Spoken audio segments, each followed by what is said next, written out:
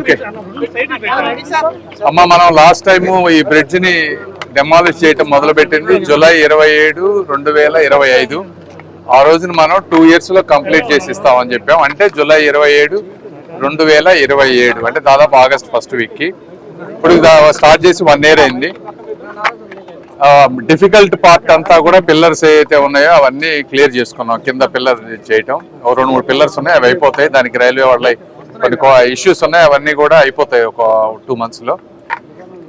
ఇంకొక 1 year టైంలో ఎట్టి పరిస్థితుల్లో మిగిలిన అన్ని కూడా కంప్లీట్ చేసి, మాకు చాలా ప్రాబ్లమ్స్ ఉన్నాయి, అన్ని బయటకు చెప్పలేని మెటీరియల్ ఇష్యూస్ ఉన్నాయి, గ్రావెల్ ఇష్యూస్ ఉన్నాయి, తర్వాత కొంత స్టీల్ కావాల్సినటువంటి సైజెస్ రాడ్స్ దొరకని ఇష్యూస్ ఉన్నాయి, లేబర్ షార్టేజెస్ హెవీగా ఉన్నాయి. ఎందుకంటే చుట్టుపక్కల అమరావతి ప్రాంతంలో విపరీతమైన వర్క్స్ జరుగుతూ ఉన్నాయి కాబట్టి అక్కడ లేబర్ వెళ్ళటం. అదేవిధంగా ఇప్పుడు కొత్తగా మనకి ఎక్కువగా జనరల్గా వచ్చేటువంటి వెస్ట్ బెంగాల్ ఆ స్టేట్స్లో ఎలక్షన్ జరగటం, అక్కడ డెవలప్మెంటల్ యాక్టివిటీస్ జరగటం, కొంతమంది బంగ్లాదేశ్ బ్యాక్ వెళ్ళటం, ఇలా రకరకాల కారణాలతో లేబర్ షార్టేజెస్ ఇవన్నీ ఉన్నా కూడా ఇవన్నిటినీ సార్ట్అవుట్ చేసుకొని ఏ విధంగా చేయాలి అవన్నీ చేసుకుంటూ వస్తూ ఉన్నాం. ఎట్టి పరిస్థితుల్లో మేము ఇచ్చిన టైం ఏదైతే ఉందో దానికి అవసరమైతే ఒక 2-3 వారాల ముందే కంప్లీట్ చేసి next July ending 2027 next year కల్లా ఈ టైంకి ఎట్టి పరిస్థితులు ఇస్తామని మీ అందరికీ తెలియజేసుకుంటాం. ధన్యవాదాలు.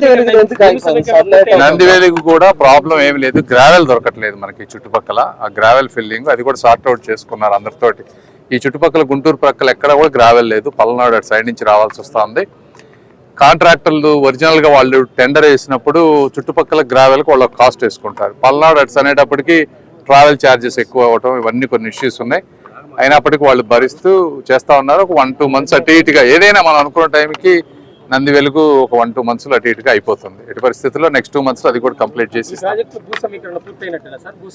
అది తీసుకుంటున్నాం కాబట్టి అయిపోతుంది. అది కూడా ఒక 1-2 months లో కమిషనర్ గారు చూస్తూ ఉన్నారు.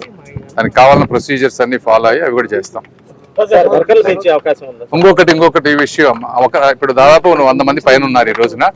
మాకున్న డెడ్ లైన్ ప్రకారం సరిపోతుంది, అవసరం అయితే పెంచుతాం. కానీ అక్కడ మీకు తెలియని అక్కడ గడ్డర్స్ అన్ని సపరేట్ ప్లేస్ లో తయారు చేస్తా ఉన్నారు. సో అక్కడ కొంత వర్కర్స్ ఉన్నారు. ఇది కాకుండా మూడోటి ఇంకో విషయం నేను పత్రికాముఖంగా చెప్పాల్సింది, శ్యామలా నగర్ బ్రిడ్జి.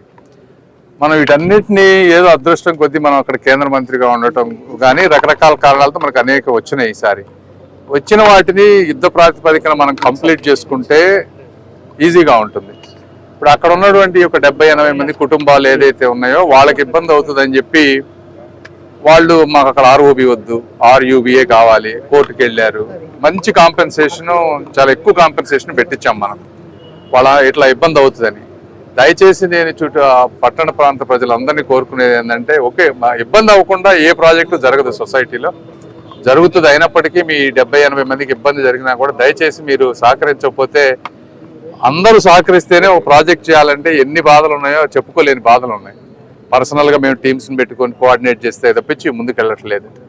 అలాంటిది మీరే సహకరించకపోతే వచ్చిన నిధులన్నీ వెనక్కి వెళ్ళిపోయి మళ్ళీ గవర్నమెంట్లో ఒక్కొక్కసారి అటు ఇటు అయితే గుంటూరు ప్రాంత ప్రజలు తీవ్ర ఇబ్బందులు పడతారు. దయచేసి ఇప్పుడు ఇంకా మనకు 3 సంవత్సరాలు ఉంది కాబట్టి టైము, అందరూ సహకరిస్తే ఇప్పుడు మనం 4 బ్రిడ్జిలు ఆల్రెడీ ఓపెన్ వర్క్ మొదలైనవి.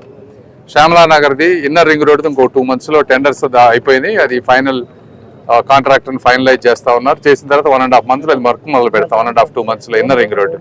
శ్యామలా నగర్ది కూడా వాళ్ళు కనుక ఒప్పుకుంటే ల్యాండ్ ఎక్విజిషన్ చేసిస్తే అది టెండర్ ప్రాసెస్కి వెళ్తుంది. ఇప్పుడు ల్యాండ్ ఎక్విజిషన్ మనం కంప్లీట్ చేసి ప్రొసీజర్ ప్రకారం చేసినా కూడా అది స్టార్ట్ అవ్వాలంటే ఇంకా 6 నుంచి 8 నెలలు పడుతుంది. ల్యాండ్ ఎక్విజిషనే మనం చేయలేకపోతే లేనిపోయింది ఆ ప్రాజెక్ట్ ఆగిపోతుంది.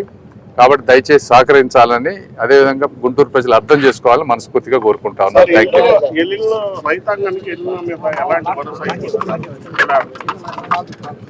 నేను ఇంకోసారి మాట్లాడతానమ్మా. Thank you.